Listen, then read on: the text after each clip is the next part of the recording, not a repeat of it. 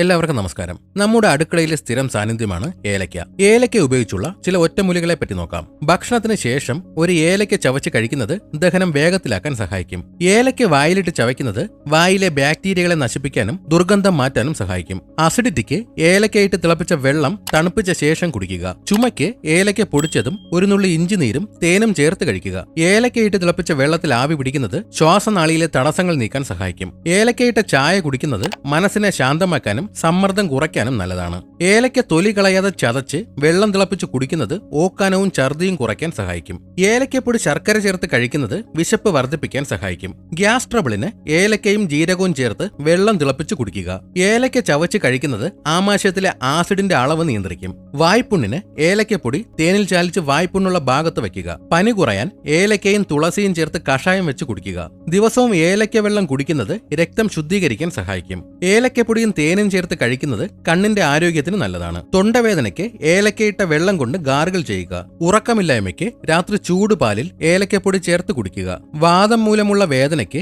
ഏലക്ക എണ്ണ ഉപയോഗിച്ച് വേദനയുള്ള ഭാഗത്ത് മസാജ് ചെയ്യുക. ജലദോഷത്തിന് ഏലക്കയും കുരുമുളകും ചേർത്ത് ചായ കുടിക്കുക. ഏലക്കപ്പൊടി നെയ്യിൽ ചേർത്ത് കഴിക്കുന്നത് കഫം ഇളകിപ്പോകാൻ സഹായിക്കും. ഏലക്ക ചായ പതിവാക്കുന്നത് ചർമ്മത്തിന് തിളക്കം നൽകും. പേശിവേദനയ്ക്ക് കടുകെണ്ണയിൽ ഏലക്കയിട്ട് ചൂടാക്കി വേദനയുള്ള ഭാഗത്ത് തടവുക. പല്ലുവേദനയ്ക്ക് ഏലക്കയും ഗ്രാമ്പൂവും ചേർത്ത് ചതച്ച് വേദനയുള്ള ഭാഗത്ത് വെക്കുക. ഏലക്കയിലെ വിറ്റാമിൻ സി പ്രതിരോധശേഷി വർദ്ധിപ്പിക്കാൻ സഹായിക്കും.